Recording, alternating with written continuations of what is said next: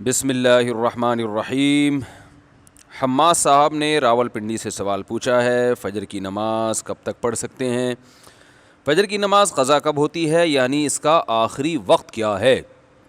دیکھیے، سورج کا ذرا سا کنارہ بھی نکل جائے تو فجر کی نماز قضا ہو جاتی ہے، اور یعنی وہ روزانہ ٹائم بدلتا ہے تو ہر ملک میں الگ ہوتا ہے، تو اس لیے ذرا سا بھی کنارہ نکل جائے نا تو اس سے پہلے آپ فجر کی نماز پڑھیں۔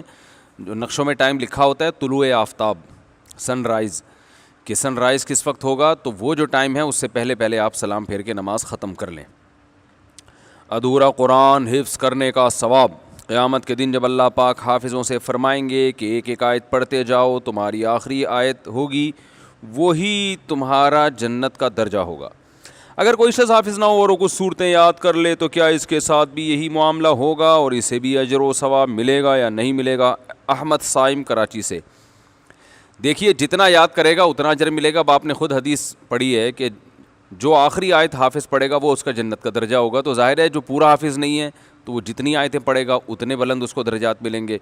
تو اگر پورا قرآن حفظ نہیں کر سکتے تو جتنا کر سکتے ہیں وہ کریں۔ حدیث میں آتا ہے کہ جس شخص کے سینے میں ذرا بھی قرآن نہیں ہے، کل بیت الخرب، وہ اجڑے ہوئے گھر کی طرح ہے۔ تو some thing is better than nothing. اور خاص طور پہ وہ جو صورتیں ہیں جو رات کو پڑھی جاتی ہے، جیسے سورہ ملک ہے، جو خاص صورتیں ہیں، وہ تو بہرحال یاد ہر مسلمان کو کر لینی چاہیے۔ ناپاکی میں رکھے گئے روزوں کی قضا ہوگی؟ سوال ہے بھائی، ناپاکی کی حالت میں جو روزے رکھے گئے ہوں کیا ان کی قضا لازم ہے؟ راشد صاحب راولپنڈی سے پوچھتے ہیں، جی کیوں نہیں لازم، ناپاکی کی حالت میں روزے رکھے کیوں؟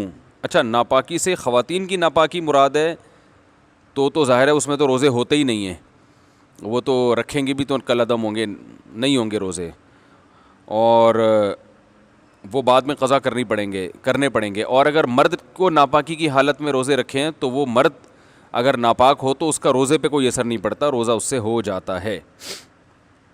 دانیال نام کے نبی، کیا دانیال کسی نبی کا نام ہے؟ عبداللہ کرناٹک سے۔ جی، قرآن اور قرآن میں تو کہیں دانیال علیہ السلام کا تذکرہ نہیں ملتا، صریح حدیث میں بھی نہیں ہے، لیکن تاریخی کتب میں بہت کثرت سے آپ کا تذکرہ ملتا ہے، اور جو پچھلی آسمانی کتابیں ہیں ان میں بھی ملتا ہے۔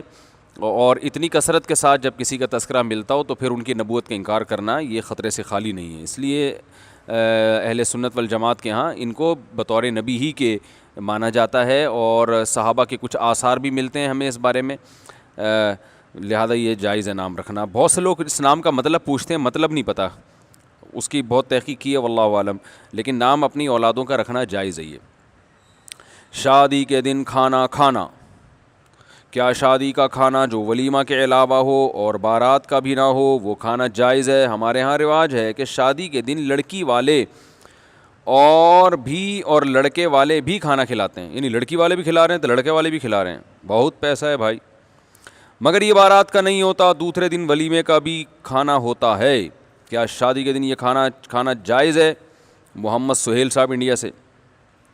یہ کھانے کی پتہ نہیں تیسری قسم دریافت ہوئی ہے، ہم تو دوسری قسم کو ہی لے کے رو رہے تھے کہ یہ کیا امت میں بارات کا کھانا بدعت ہے اور ایک بری رسم ہے، بدعت تو نہیں ہے لیکن بری رسم ہے، آپ نے ایک تیسری قسم بھی ایجاد کر لی ہے بھائی، تو یہ بھی غلط ہے۔ شادی کے دن کھانا ہے ہی نہیں اسلام میں۔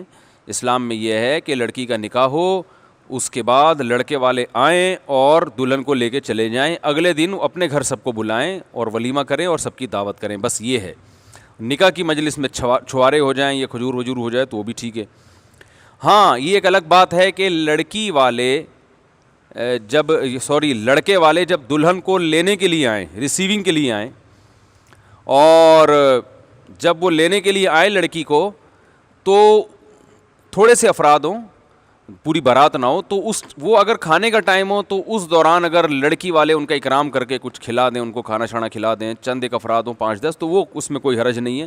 وہ بارات کا یا شادی کا کھانا نہیں کہلاتا، وہ اس لیے کہلاتا ہے وہ کھانا کہ بھائی کوئی بھی آپ کے گھر آئے تو آپ کھانے کا اس کو پوچھتے ہیں، تو ظاہر ہے آپ کی بیٹی کے سسرال والے آئے ہوئے ہیں، وہ آپ کی بیٹی کو لے جانے کے لیے آئے ہیں تو ٹائم بھی کھانے کا ہے، تو نہ پوچھنا یہ ایک غیر اخلاقی حرکت ہوتی ہے، تو ایسے موقع پہ آپ ان کو پوچھ لیں، تو یہ لڑکی والے پھر ان کو کھانا کھلا سکتے ہیں، لیکن یہ بارات نہیں ہوتی، 5-6 افراد ہوتے ہیں، اس کے علاوہ اور کوئی کھانا صحیح نہیں ہے۔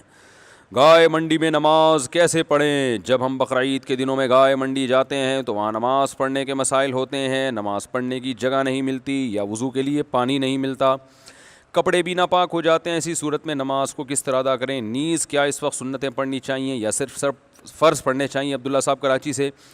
عبداللہ صاحب ہم بھی گائے منڈی جاتے ہیں, صرف آپ ہی نہیں جاتے, اور اللہ کا شکر ہے جب بھی نماز کا ٹائم ہوا ہم نے نماز بھی پڑھی ہے, ہمیں جگہ بھی ملی ہے.